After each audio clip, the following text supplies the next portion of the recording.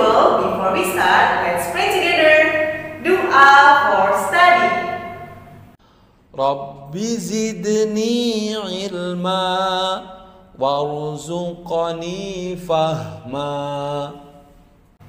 Good job.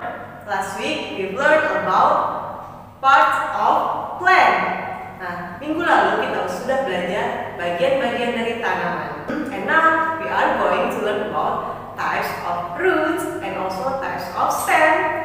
Nah, hari ini kita akan belajar macam-macam akar dan juga macam-macam batang. The first is types of root. Macam-macam akar. Many plants have one large root is called a taproot. Nah, banyak tumbuhan yang memiliki satu akar besar itu disebut akar tunggal. Nah, jadi taproot yang dalam bahasa Indonesia adalah akar tunggal. The carrots are example of a taproot. Nah, salah satu contoh dari akar tunggal yaitu adalah wortel. Taproots grow deep into the soil toward Earth's center due to the gravity. Nah, akar tunggal tumbuh jauh ke dalam tanah menuju pusat bumi karena gravitasi. In some plants, such as grass or pine trees, roots spread out in the many directions. Nah, pada beberapa tumbuhan juga ada jenis rumput lain yaitu seperti tanaman pohon pinus atau rumput akarnya menyebar ke berbagai arah. This type of root is called fibrous root. Nah, jenis ini disebut akar serabut. Nah, jadi akar serabut bahasa Inggrisnya adalah fibrous root. And the example of taproot is, you can see the pictures. This is the example of taproot atau akar tunggal. That is carrot, yaitu wortel. Akarnya menuju ke bawah. Jadi hanya satu akar panjang yang masuk ke bawah. And the other example of root is fibrous root. Nah, teman-teman bisa lihat contohnya. Ini adalah akar serabut. Nah, akar serabut tidak hanya satu seperti akar tunggal, tapi mereka memiliki banyak cabang ke arah lainnya. And the next is types of stem. Macam-macam batang. Plant stem come in many different shapes, size, and also color. Some stem grow below the ground, and other stems such as cactus stem grow above the ground. Nah, batang tanaman memiliki berbagai bentuk, ukuran, dan juga warna. Beberapa batang tumbuh di bawah tanah dan batang lainnya seperti batang kaktus tumbuh di atas tanah. As you can see the pictures. And the next is how do stem help plants? Nah, bagaimana batang bisa membantu tanaman agar tumbuh? Stem support the leaf, flower, fruits of a plant. Nah, batang menopang daun, bunga, dan buah tanaman. Nah, berarti batang itu harus kuat ya teman-teman. Most plant stem have tiny tubes that move water and mineral from root to leaf. Nah, sebagian besar batang di tanaman memiliki tabung kecil yang memindahkan air yang diserap oleh akar ke daun. And there is also other tube that move food from the leaf to stem and roots. Dan ada juga tabung lain yang memindah makanan dari daun yang telah diproses yaitu melalui proses fotosintesis menuju batang dan akar. Jadi, fungsi dari batang yaitu adalah untuk menyebarkan atau membagikan makanan atau hasil mineral yang diserap oleh akar menuju ke bagian lainnya. Begitu juga setelah daun mengolah menjadi sebuah makanan, batang menyebarkannya lagi ke akar dan bagian lainnya untuk dijadikan makanan atau nutrisi yang disimpan oleh tumbuhan agar tumbuhan bisa tumbuh dengan subur. And the next is reproduction of plant. Nah, selanjutnya adalah pembiakan dari sebuah tanaman. Most plants lack seed that grow into a plant. Some plants grow stem or roots that grow into the new plant. Nah, sebagian besar tumbuhan menghasilkan biji yang tumbuh pada tumbuhan baru. Nah, sebagian tumbuhan juga ada yang menumbuhkan batang atau akar yang ditumbuh menjadi tumbuhan baru. Nah, jadi gak cuma dari bibit aja teman-teman tanaman bisa tumbuh, tapi juga dari batangnya aja bisa. Contoh tahu? Ya, pohon singkong. Kita tancap batangnya, nanti akan tumbuh. And each seed carries information from the parent plants, and the seed use this and food stored from the parent plant in the seed to grow into the new plant.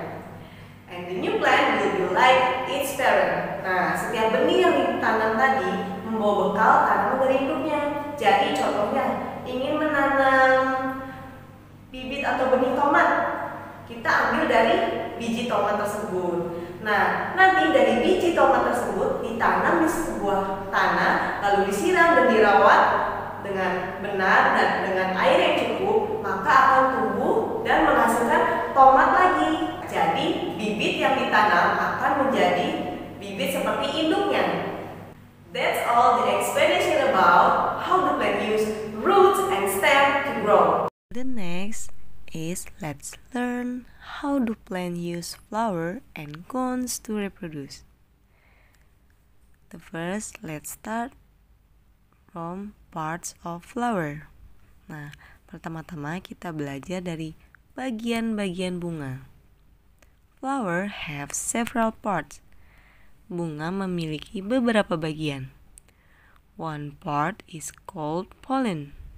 Nah, satu bagian ini disebut serbuk sari. And another part is petals. Dan bagian ini disebut kelopak bunga. The function of petal is to attract bees and other animals to the flower. Fungsi dari kelopak bunga itu adalah untuk menarik lebah dan hewan lainnya ke bunga. Animals or wind can pollinate or carry pollen to another flower. Hewan atau angin dapat menyerbuki dan membawa serbuk sari ke bunga lain. Pollinate happen when wind or animal move pollen to part of the flower. Penyerbukan terjadi ketika angin atau hewan memindahkan serbuk sari ke bagian bunga yang menghasilkan biji. After pollination, seed from near the center of the flower become the seed. Nah, setelah penyerbukan, biji akan terbentuk di dekat bagian tengah bunga. Next is seed. Seed have different shape, size, and color. Biji memiliki bentuk, ukuran, dan juga warna yang berbeda. All seed have same parts. Semua biji memiliki bagian yang sama. Every seed has material inside it that can grow into new plant. Setiap benih memiliki bahan di dalamnya yang dapat tumbuh menjadi tanaman baru. And the seed is covered by a seed coat. Benih ditutupi oleh kulitnya. Many seed have one seed leaf or two seed leaves. Banyak biji memiliki satu keping biji atau dua keping biji. As the tiny plant grows, it use food from the seed leaf. Saat tanaman kecil tumbuh, ia menggunakan makanan dari daun bijinya. Seed needs air, the right amount of water, and also the right temperature to germinate or begin to grow. Benih membutuhkan udara, jumlah air yang tepat, dan juga suhu yang tepat untuk tumbuh menjadi kecambah. In the right condition, the young plant or seedling germinates. Dan dengan kondisi yang tepat, tanaman bisa tumbuh menjadi kecambah. The seedling can grow into adult plant that has flower. The flowers are pollinate and new seed from of this new seed germinate. They can grow into a new plant. Nah, jadi bibit tersebut dapat tumbuh menjadi tanaman dewasa yang berbunga dan bunganya dapat diserbuki dan menjadi benih bibit baru, dan jika benih bibit baru ini berkecambah, maka mereka bisa tumbuh menjadi tanaman baru. The next is life cycle. yaitu siklus kehidupan. Living things change during their lives. Makhluk hidup berubah seiring berjalannya waktu. Most living things begin their life small and then they grow to larger. Sebagian besar makhluk hidup memulai hidupnya dari bentuk yang kecil dan tumbuh menjadi semakin besar.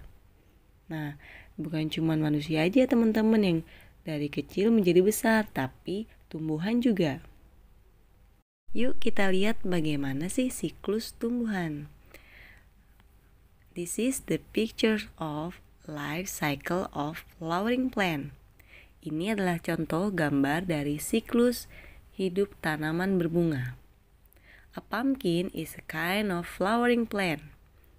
Labu adalah sejenis tanaman berbunga. The life cycle of pumpkin has several stages. Nah, siklus dari hidup pumpkin memiliki beberapa tahapan, as shown in the diagram. Seperti yang dilihat pada gambar dan diagram tersebut ya teman-teman.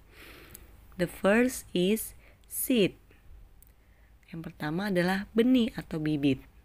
A pumpkin seed germinates when water, oxygen, and warm temperature are present. Biji atau benih dari labu berkecambah saat air, oksigen, dan suhu hadir atau ada. A stem grow up and roots grow down. Nah, batangnya tumbuh dan akarnya tumbuh ke bawah. The second is growth. Yang kedua itu adalah pertumbuhan.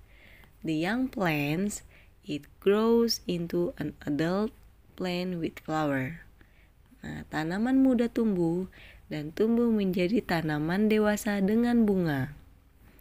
And the next is pollination. Yang berikutnya adalah penyerbukan.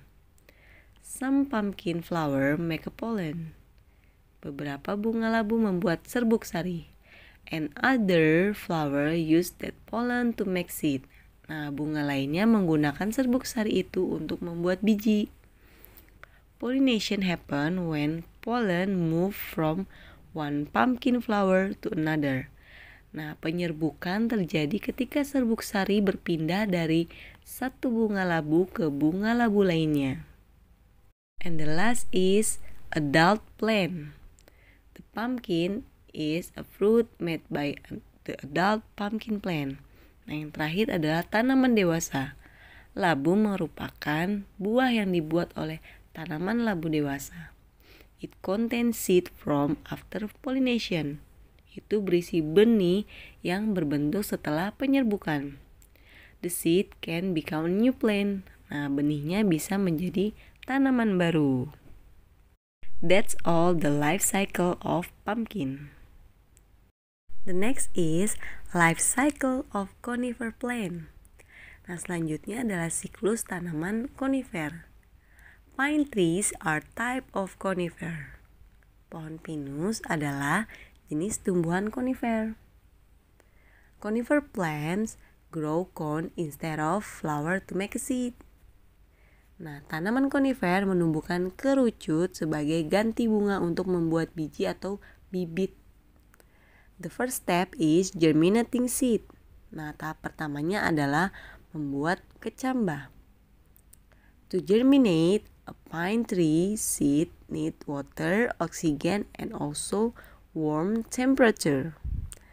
Dan untuk berkecambah, benih pohon pinus membutuhkan air, oksigen, dan juga suhu. The seed grow from germinating seed. Bibit tumbuh dari biji yang berkecambah. The second is growth. Kedua adalah pertumbuhan. Over many years, the pine seedling grow into a tall adult tree. Selama bertahun-tahun, semai pinus tumbuh menjadi pohon dewasa yang tinggi. The tree makes small pollen cones and larger seed cones. Dan pohon membuat kerucut kecil dan kerucut biji yang lebih besar. And the next step is pollination. Selanjutnya adalah penyerbukan. Small pollens make a pollen, and wine carries the pollen to large cone, where the seeds are made. Kerucut polen kecil membuat serbuk sari. Kemudian angin membawa serbuk sari ke kerucut yang besar, tempat di mana benih dibuat. The last is adult plant with seed. Yang terakhir adalah tanaman dewasa berbiji. The seed develop in the seed cones. The seed fall to the ground when the cones open. The seed can become a new plant.